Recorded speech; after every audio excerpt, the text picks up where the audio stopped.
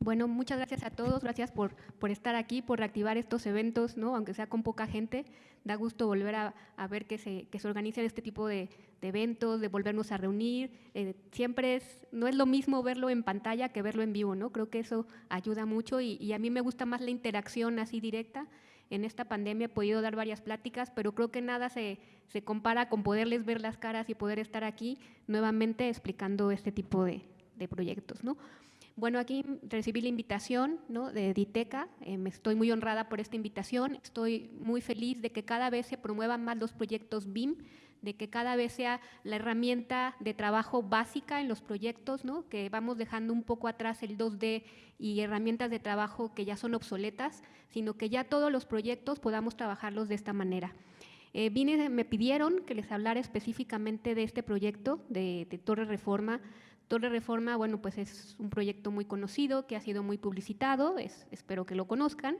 Si no, voy a hacer la plática en tres partes. Primero haré una breve descripción del proyecto, después quisiera explicarles la complejidad que tenía este proyecto y finalmente cómo el BIM nos ayudó a resolver los conflictos del proyecto, ¿no? O sea, creo que es un caso muy interesante.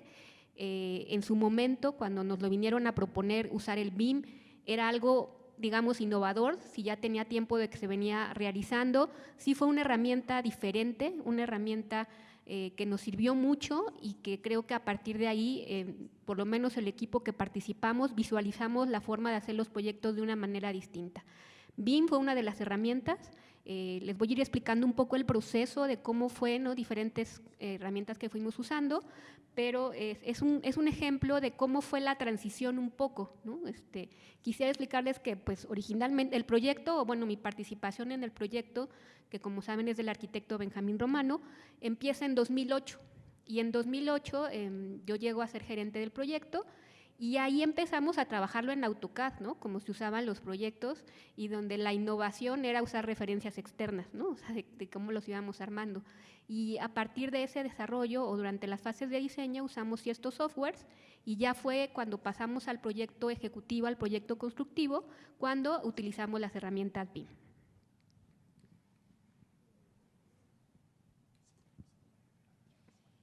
Ay, creo que me estoy regresando, ¿no?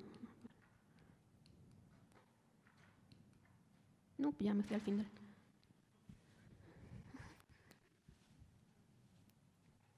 ¿Con este me voy para adelante?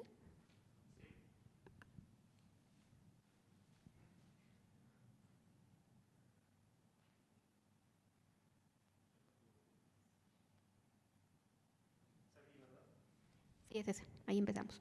Bueno, esta es una breve descripción de Torre Reforma, que lo que tiene de innovador, pues que no es un edificio totalmente de cristal, es un edificio en que sus dos fachadas principales son de concreto y que desde que estábamos construyendo llamó mucho la atención, ¿no?, ese sistema constructivo, esa imagen.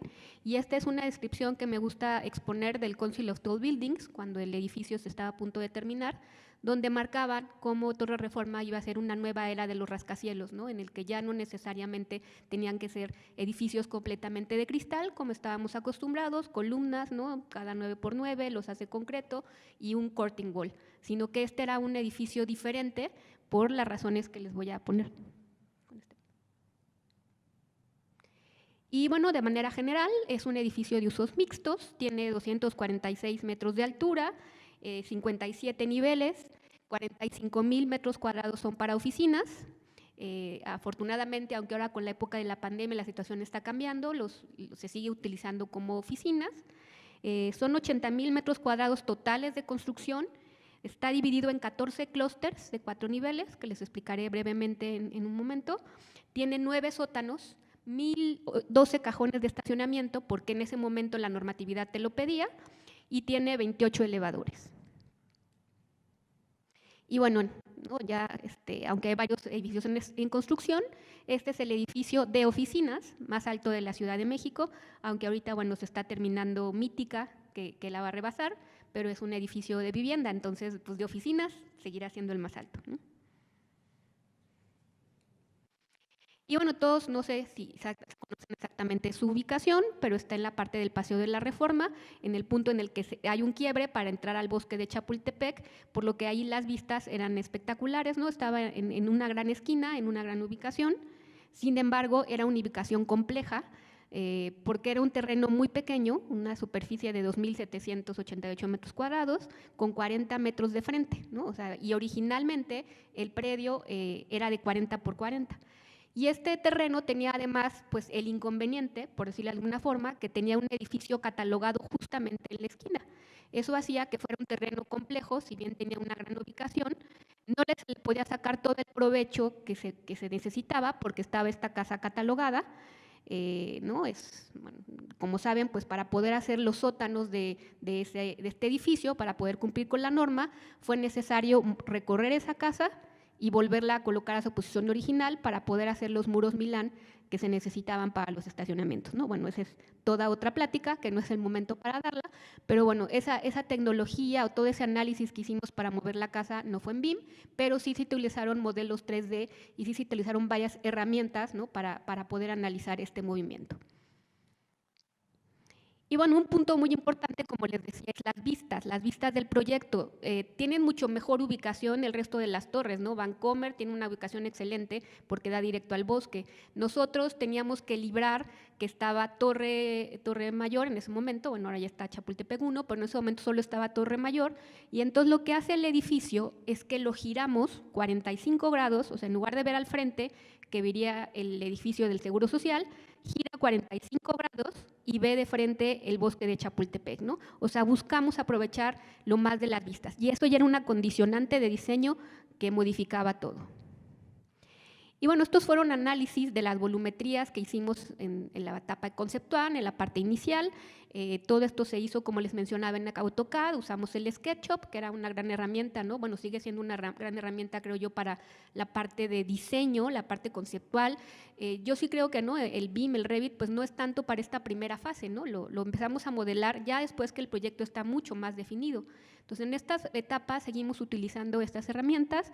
Y bueno, básicamente es un rectángulo, es un paralelepípedo que empieza, el diseño es una base cuadrada, termina en una tapa triangular y luego tiene un corte que es por la normativa para podernos ir recorriendo hacia adentro del predio y poder conseguir la altura, ¿no? Es por ello que somos más altos que el resto de las torres, porque nos vamos remetiendo, ¿no? Entonces fue un estudio general de la volumetría final de la torre. Y como les mencionaba, pues el terreno era muy pequeño originalmente, de 40 por 40, después se fueron adquiriendo los terrenos de atrás, y la complejidad, lo que teníamos que lograr es que este edificio al final tenía que ser rentable, ¿no? O sea, la gente que invierte su dinero quiere recuperar su dinero. Nosotros somos la parte artística, está bien, pero tenemos que lograr que los inversionistas cumplan con un objetivo y un modelo de negocio. Y para ello teníamos que aprovechar al máximo el edificio, o sea, no podíamos desperdiciar, era un terreno pequeño, con una gran ubicación, sí, pero que los números no nos estaban dando. Y además teníamos que conservar la casa catalogada, como les mencionaba. Entonces tenía que ser un diseño muy eficiente, muy concreto, ¿no? O sea, cualquier espacio mínimo contaba, porque necesitábamos colocar, como les mencioné, 28 elevadores, ductos verticales. O sea, un edificio alto es una pequeña ciudad que tiene flujos, ¿no? Flujos de personas, flujos de cargas, flujos de fluidos, flujos de energía, y teníamos que resolver todo eso en un espacio muy reducido. Entonces, uno de los primeros implementos, ¿no?, para conseguir esto es que la estructura se vuelve la fachada y la arquitectura al mismo tiempo, ¿no? O sea, no podíamos desperdiciar teniendo un espacio lleno de columnas, ¿no?, en el que nos limitaba en el desarrollo del core, en el desarrollo del área rentable, que es lo que se necesitaba. Y entonces surge este concepto que le llamamos el BOOK, ¿no?, que es un libro abierto de dos grandes muros estructurales, a los que es como una espina dorsal del edificio, al que se le adosan todos los elementos. Entonces tenemos una estructura de concreto y una estructura de acero, que es la que une todos los elementos. Estos son la parte de los clústeres que les mencionaba, porque los fuimos resolviendo como en pequeños edificios de 4 niveles que se van apilando uno a otro, ¿no?, como un juego de niños, y de esta manera, en toda la parte que ven ahí en rojo, podíamos tener el mayor área rentable posible, ¿no? O sea, para poder dar con los números que necesitaba el modelo de negocio. Otra parte interesante es que el core, el núcleo, que es el triángulo que ven atrás, tenía que ser un núcleo eficiente y tenía que ser un núcleo en el que pasan muchas cosas, elevadores, cables, ductos, 2 escaleras de emergencia, un montacargas. Y este core o núcleo tenía que ser el mismo a lo largo de toda la torre, ¿no? En los edificios altos empiezas con una zona de elevadores muy grande y después esta se va haciendo chiquita. Aquí el core, el núcleo es el mismo a lo largo de toda la torre y eso nos ayuda también a ser eficientes. Pero imagínense todo lo que teníamos que meter en ese núcleo y todas las instalaciones que teníamos que coordinar en ese núcleo. Como les mencionaba, pues bueno, aparte de estos muros de concreto, viene una gran malla metálica, que es la que liga los muros para que no se abran y es la que sostiene las losas de parte frontal. Esta parte, ¿no? Toda la estructura fue diseñada por Arup, una empresa de ingeniería internacional, y con ellos en conjunto resolvimos esta estructura compleja que no todo mundo nos ayudaba a resolverla, ¿no? Entonces, aquí tenemos un gran problema en la fase constructiva. Tenemos que coordinar 2 tipos de estructuras, 2 sistemas estructurales diferentes. Una era el muro de concreto, que se iba colando por tiras. El muro de concreto tenía que ir 4 niveles arriba y lo tenía que ir alcanzando la estructura metálica. Para ello, en el muro de concreto se iban dejando ahogados elementos a los que después se iban ligando estos elementos de acero. Entonces era un sistema complejo, era un sistema en el que teníamos que coordinar varillas del muro de concreto, placas embebidas y además dejar pasos y huecos arquitectónicos e instalaciones. Entonces era un proceso complejo que no podíamos equivocarnos, porque es un muro de concreto expuesto, ¿no? Es un muro de concreto arquitectónico que lo cuelas y se queda. O sea, la idea siempre es que se viera el muro tal cual, no hacerle retoques, no hacerle nada. Entonces tuvimos que tener un gran trabajo previo de preconstrucción, de análisis y de coordinación. Sin eso no hubiera sido posible el éxito de la torre.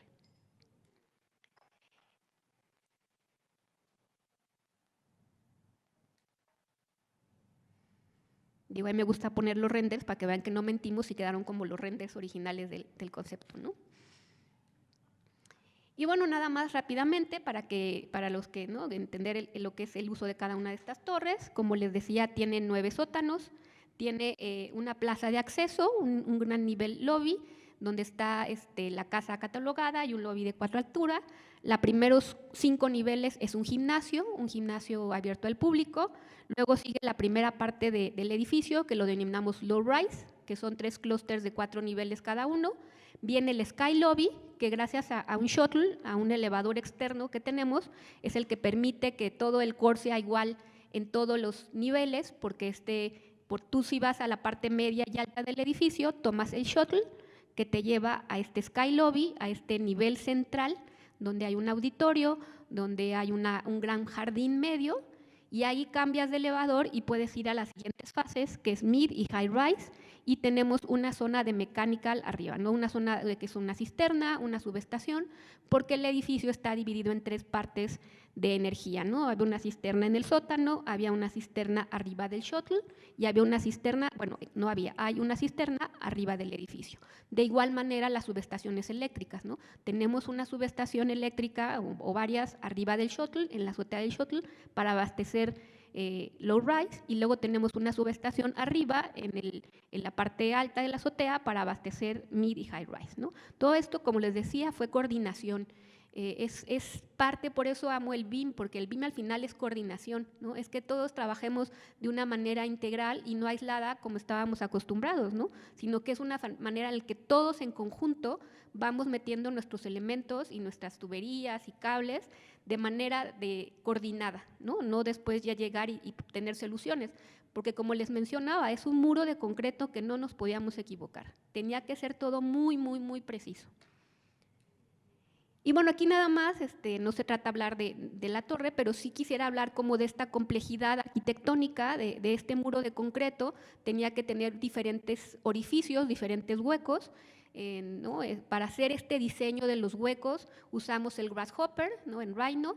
se emitieron todas las variables que teníamos para este edificio. Había variables constructivas, había variables de tolerancias, de dónde podía perforar en el muro y dónde no podía hacer huecos, había necesidades arquitectónicas porque tenía que dejarle ventanas, había necesidades de instalaciones porque había que dejar los ductos y las tomas de aire del aire acondicionado, y todas estas variables de servicios se metieron en el Grasshopper y logramos la fachada que seguramente ustedes ven. Todos esos huequitos tienen una razón de ser y tienen un análisis que hicimos, le denominamos la célula autómata, que es un módulo que íbamos repitiendo y por el que íbamos pudiendo hacer las perforaciones en el muro de manera coordinada y de una manera aleatoria, ¿no? O sea, en lugar de que todos fueran en el mismo lugar, iban teniendo diferentes variables y dan el resultado que ustedes ven en la imagen, ¿no? Digo, yo no sé usar el Grasshopper, ahí tenían el equipo los chicos genio que usaban todo esto, pero fue una herramienta diferente que pudimos usar para diseñar, ¿no? Yo creo que hay que ubicarnos que estamos en el 2018, ¿no? Ahora hay muchas más tecnologías, ha evolucionado mucho más las cosas, pero en su momento no fuimos explorando las nuevas herramientas de diseño que existían. Bueno, esto es un poco el diagrama, ¿no?, de los análisis que hicimos para la fachada de acuerdo a sus diferentes funciones.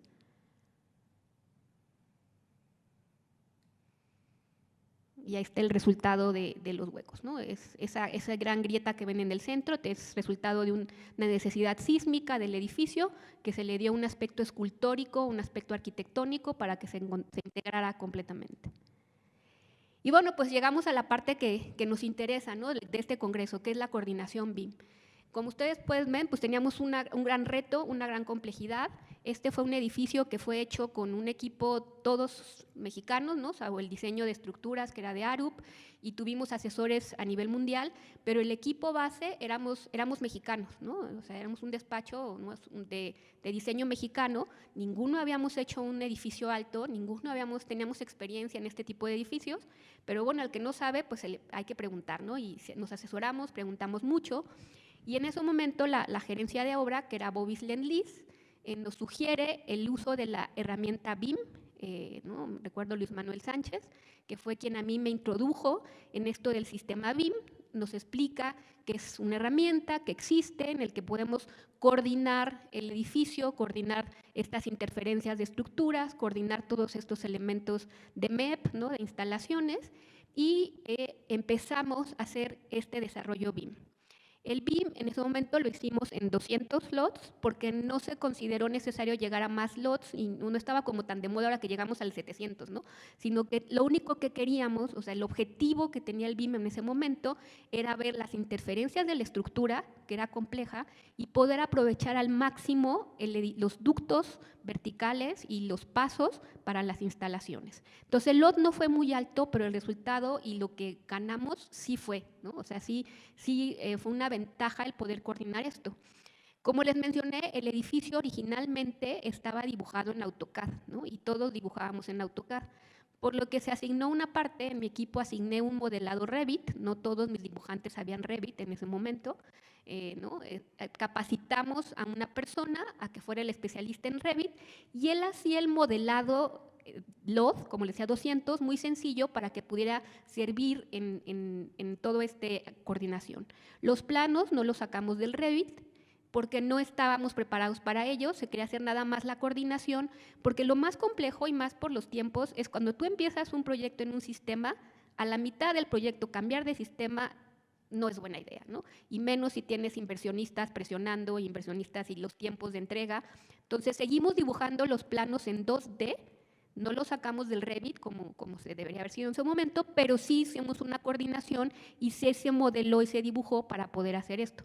Estoy clara que no es el sistema ideal, ¿no?, que vemos aquí, pero bueno, en ese momento esa fue la herramienta y cómo pudimos introducirla, ¿no? O sea, cuando nos dijeron vamos a cambiar todo a Revit, pues todo el mundo gritó de ¿cómo crees? Hay que entregar el proyecto, y esa fue la manera que logramos coordinarlo y que logramos llevarlo a cabo, ¿no?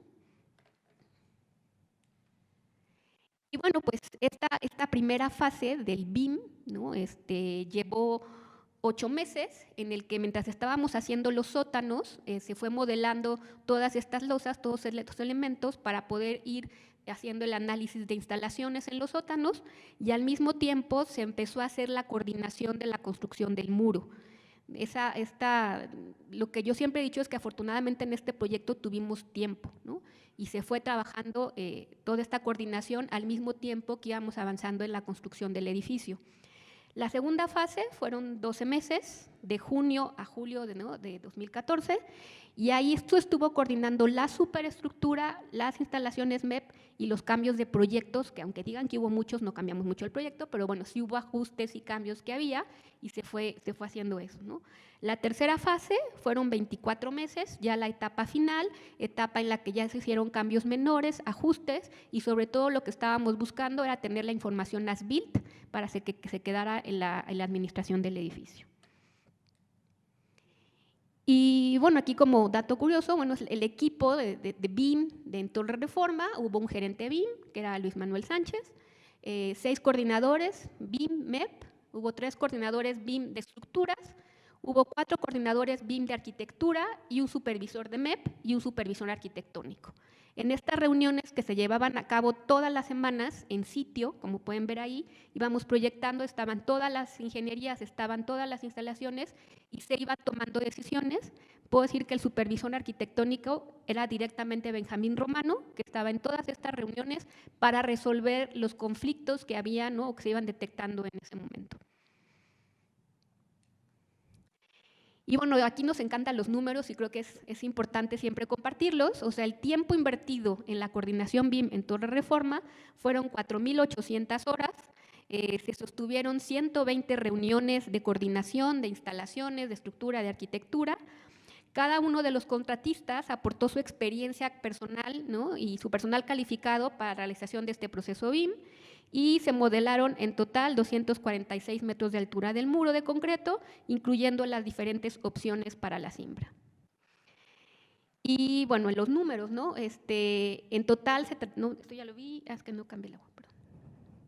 Se coordinaron y modelaron cerca de 4,820 metros cuadrados de conduits eléctricos y de instalación, metros cuadrados, no metros lineales. Se coordinaron y modelaron a cerca de 5,785 metros de tuberías y sistemas hidráulicos.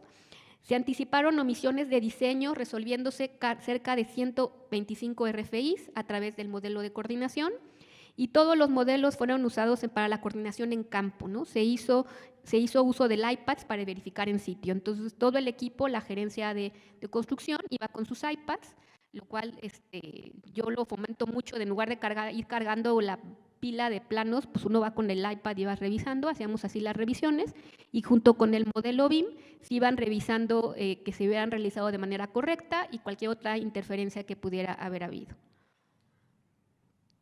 Y bueno, como un resumen, les digo, utilizamos Revit, utilizamos Navisworks, SolidWorks, AutoCAD MEP y SketchUp.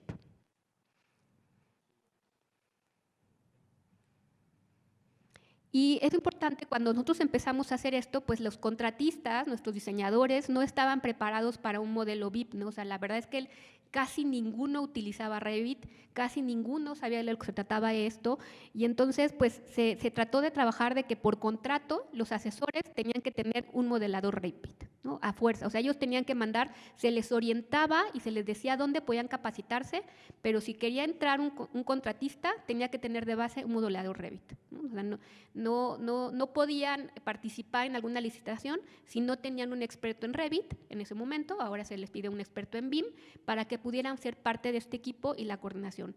Había contratistas, ¿no? Les voy a decir, el de Tabla Roca, pues obviamente no tenía un modelador BIM y no nos iba a poner un modelador BIM.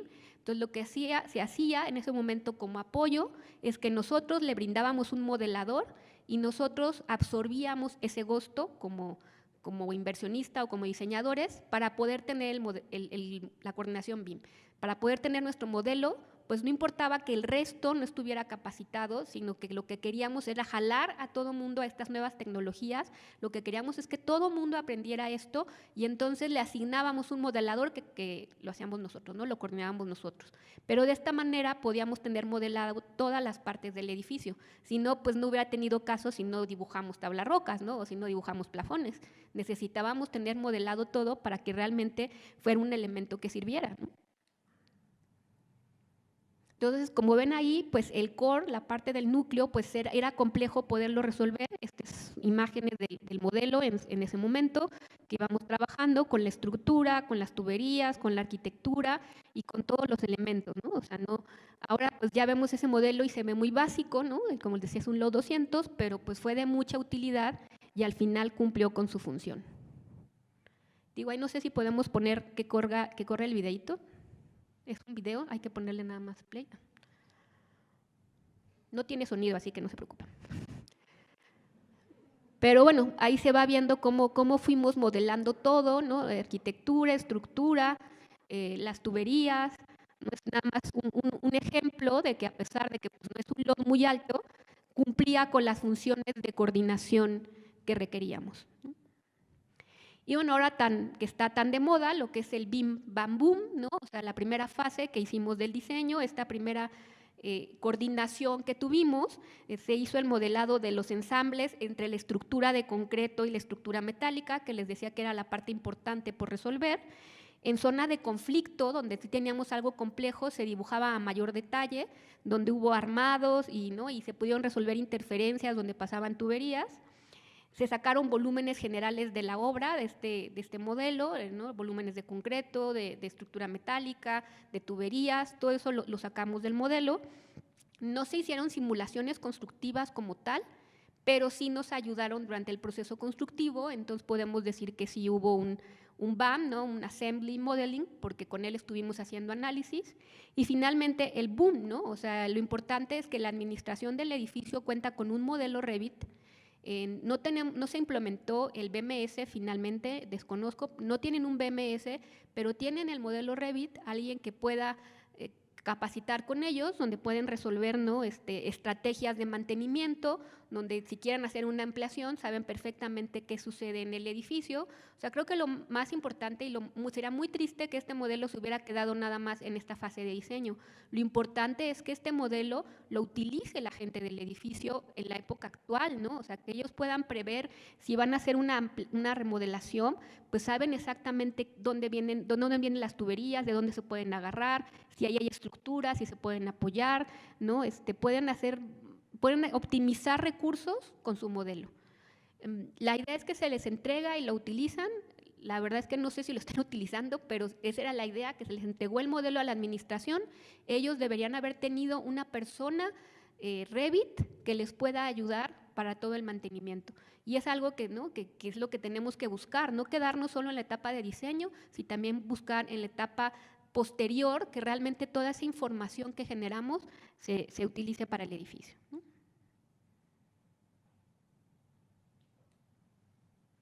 Y pues, gracias.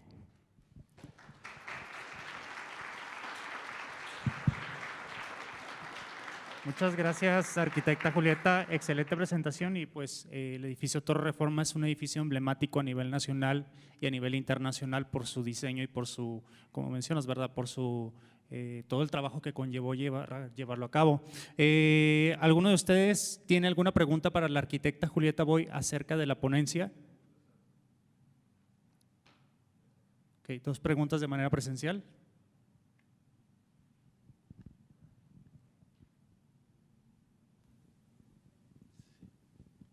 Hola Julieta, muchas gracias por la presentación, muy padre.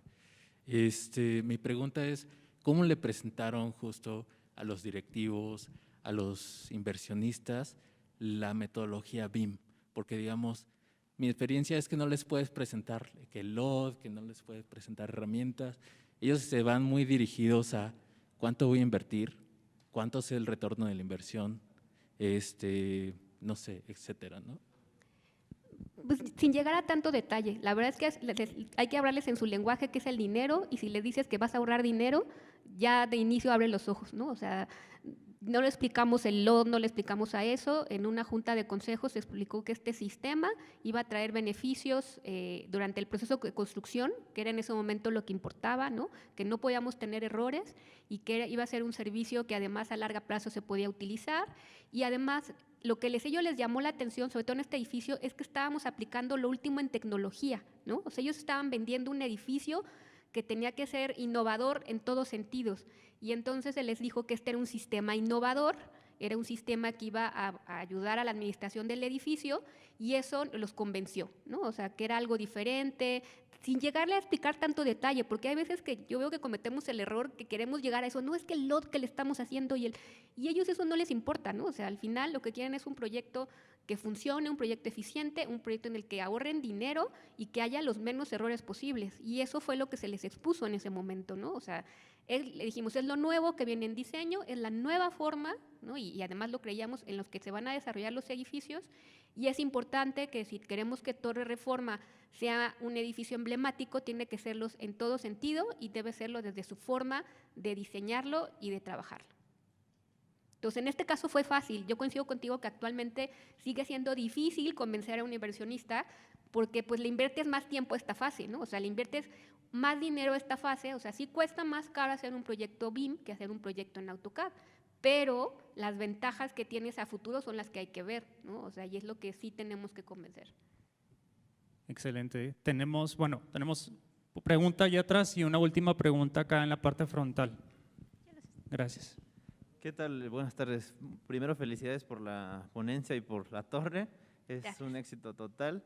Y la pregunta iba enfocada hacia esto que preguntaba el compañero de ¿cuánto cuesta implementar estas metodologías y estos sistemas? Si quieres verlo paramétrico o en porcentaje del proyecto de diseño, ¿cuánto cuesta hacer esta implementación?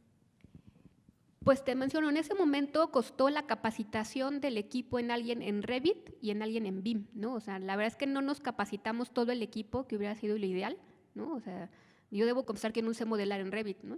Pero sí se capacitó en que todos entendiéramos el sistema. O sea, de inicio, si yo soy un despacho que quiero cambiar a esto, debo invertir en capacitar a mi gente.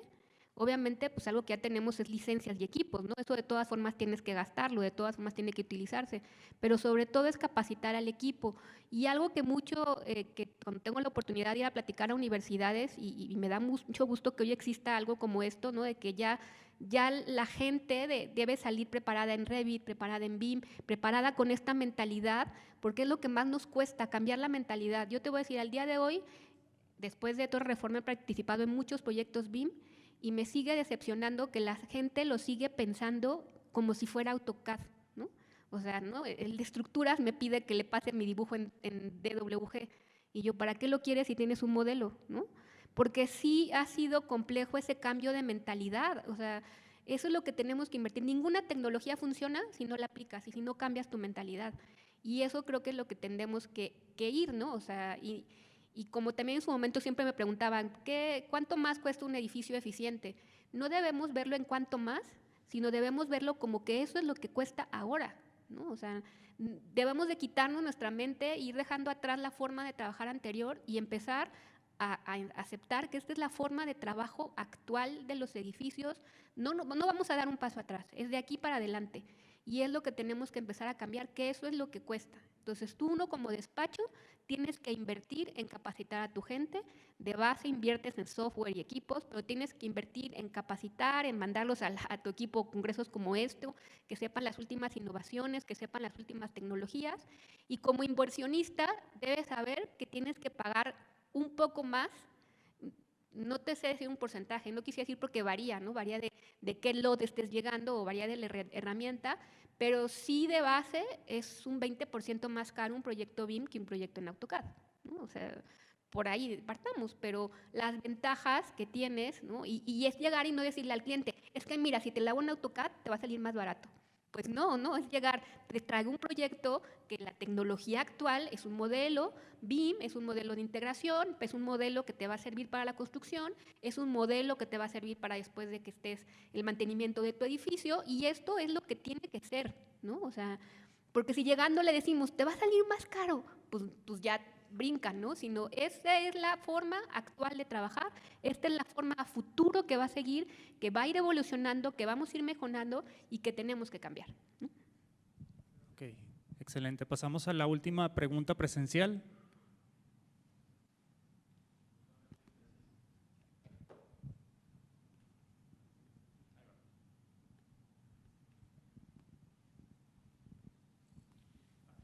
Sí.